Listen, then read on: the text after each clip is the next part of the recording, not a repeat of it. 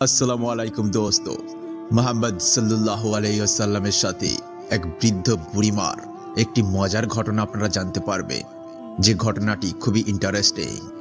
মক্কা শহরে কাফের মুশরিকরা মোহাম্মদ সাল্লাল্লাহু আলাইহি সাল্লামের নামে কুৎসা রটনা রটিয়েছিল এবং বলেছিলেন তিনি হচ্ছেন জাদুকর। তার সংস্পর্শে যারা আসে তাদের বাপ দাদার ধর্ম ছেড়ে তারা তার ধর্মে দাখিল হয়ে যায়।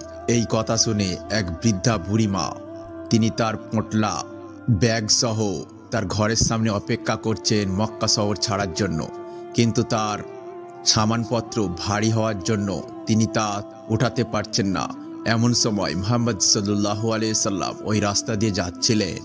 তখন বুড়িমা মুহাম্মদ সাল্লাল্লাহু আলাইহি সাল্লামের কাছ থেকে সাহায্য চাইলেন। মুহাম্মদ সাল্লাল্লাহু আলাইহি সাল্লাম যখন ওই ভারী পোঁটলাটি ওঠাতে গেলেন তখন দেখলেন যে এটি খুবই ভারী ছিল, যা বুড়িমার পক্ষে বহন করা অসম্ভব।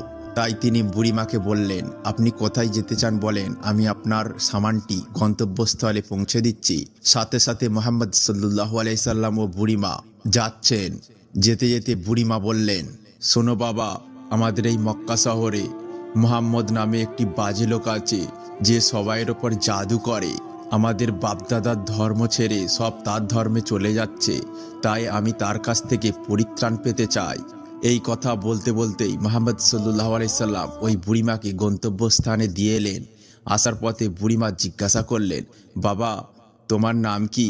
তখন মুহাম্মদ সাল্লাল্লাহু আলাইহি সাল্লাম বললেন, হে বুড়িমা, আপনি যার ভয়ে পবিত্র মক্কা শহর ত্যাগ করেছেন, আমি সেই মুহাম্মদ।